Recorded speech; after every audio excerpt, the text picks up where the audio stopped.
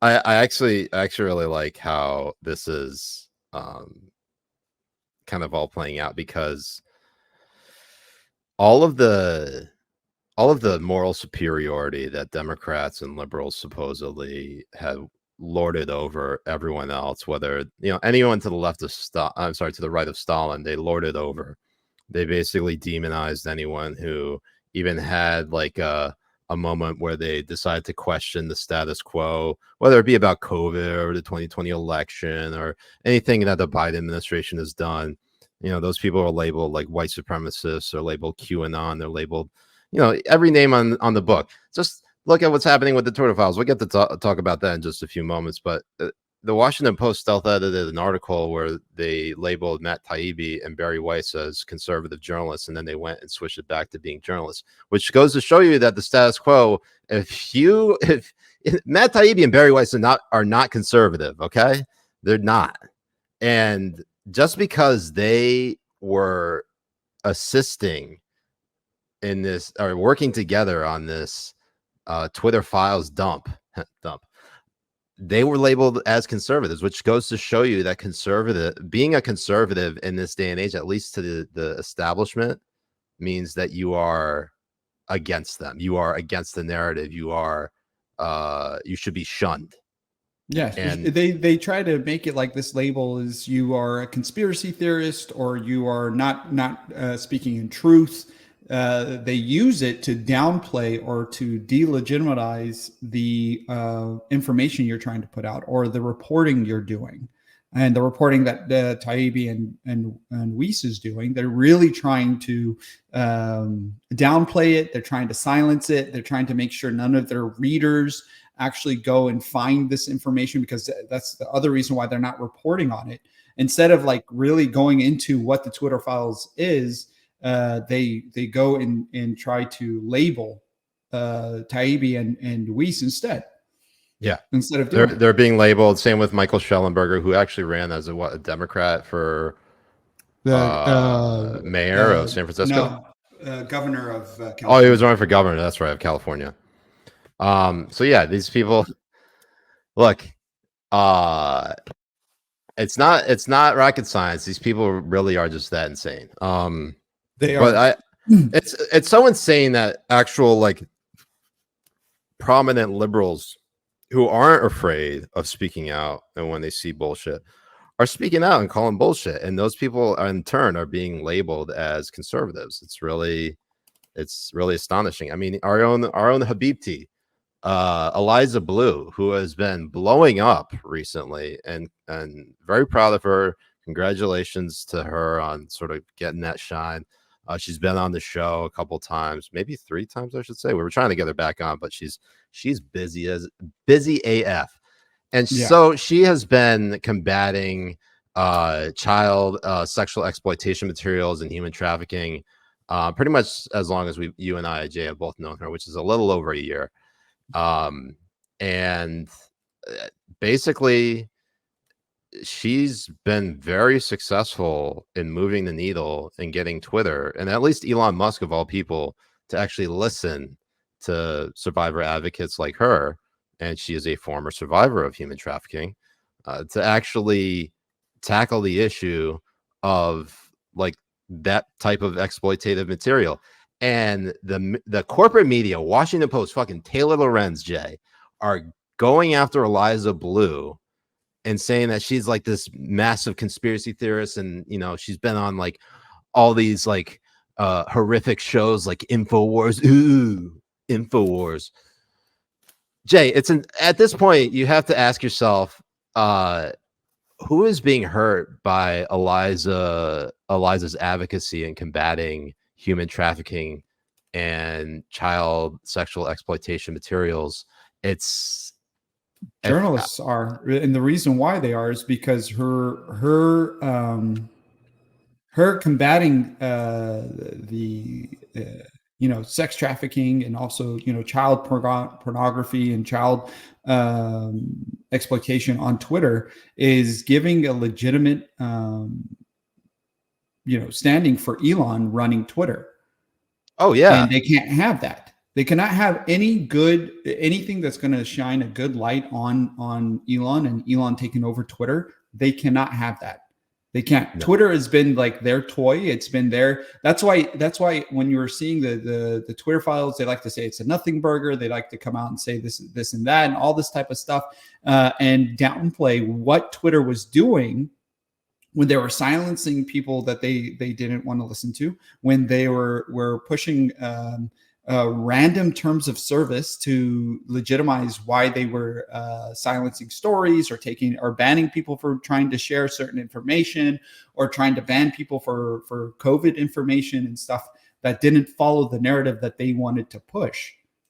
And now that Elon has it and is showing that this is exactly what was going on, they need to downplay it in any way, shape, or form. So anyone that is going to be partnering with Elon or running it with Elon or doing anything with Elon that can be seen as good, they're going to try to downplay it. And the way that they're going to do it is by attacking the person for what they've tweeted, instead of actually reporting on what they're trying to advocate. When you look at these reports or look at these other tweets from journalists and everything, they don't talk about what work she's doing. They only want to try and talk about, like, oh, she's been on InfoWars, or oh, she's tweeted out that the world is being run by pedo rings, which, you know, time and time again we're showing. I mean, it's not with all the information is going from A to B is kind of like a cakewalk. It's not Jay, far fetched. At this point, like, they are now going to associate anything. Like even this whole like gays against groomers account that's out there on both Twitter and Instagram, that's been like suspended many times, kind of like libs of TikTok. Anytime that they've been banned, they basically argue that this gays against groomers group is anti-LGBTQ because they're calling out pedophiles. And when it's legit, like, honestly, these are people like who are fed up of being associated with being labeled as pedophiles, that they're just like, you know what, we're gonna just like, maybe I wouldn't call it friendly fire because at this point they're basically enemies, but basically clean up their own house and say and get the pedos out of their circle, because at this point you have people like Taylor Lorenz, Ben Collins, all these quote unquote disinformation reporters and tech reporters who have been very, very, they were,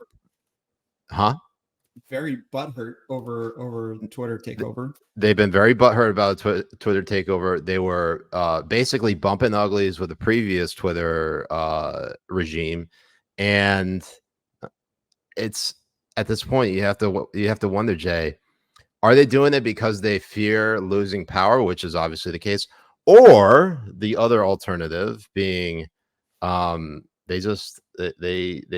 pedophilia to just like run rampant.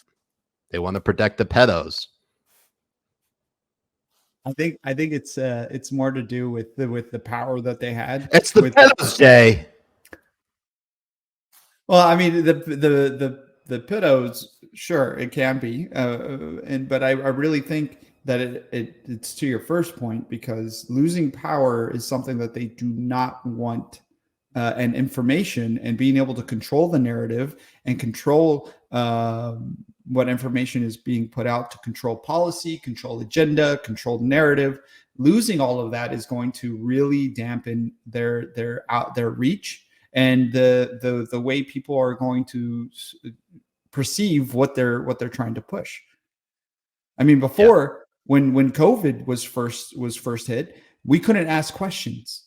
You ask questions, you're labeled. You ask questions, you get banned. You show different information, you're banned. You show that, you know, there is no correlation between fucking getting COVID and being 6 feet apart from each other. There's no correlation of wearing masks and saving yourself from COVID. They lied about the vaccine and its effectiveness. And now that DeSantis wants to actually go after these people who fucking lied about it, people are calling him anti-vax. It has nothing to do with the vaccine. None of these things right now. They're blinded by what the argument actually is. The argument is that these people lied. and their lies pushed policy. And these policies cause people to lose their jobs, cause people to lose their lives, cause people to keep their kids from going to school. These people need to be held accountable for pushing these lies. And honestly, it is hard to see that they did not knowingly push these lies, especially from the pharmaceuticals themselves. Right. So let's like take a deeper dive into the Twitter files. I didn't have a chance to look over every single individual thread, but I got up to, I think, through halfway of Michael Schellenberger's Twitter files dump. I think that was part 4. Right. And what we saw in that, at least there are 3 parts dedicated to just the suspension of Donald Trump. And the first part of that, it was Matt Taibbi kind of explaining the lead up from up to the 2020 election all the way up until January 6th. And repeatedly over the, oh my God, is this Siraj Bankman Habib? I love how we like pause and like the screen and just marvel, just to like marvel at this work of art from Prison Mitch. That's beautiful. That's honestly, that warms my heart. I might change my profile, my profile picture on Twitter to that, just because of look how good my hair looks, Jay. Absolutely. With the beard, God. I fuck me, Jay. Oh, absolutely. With that hair, yeah, absolutely. You should just grow it out. I mean, before you lose it, grow it out. That's true. Maybe I will.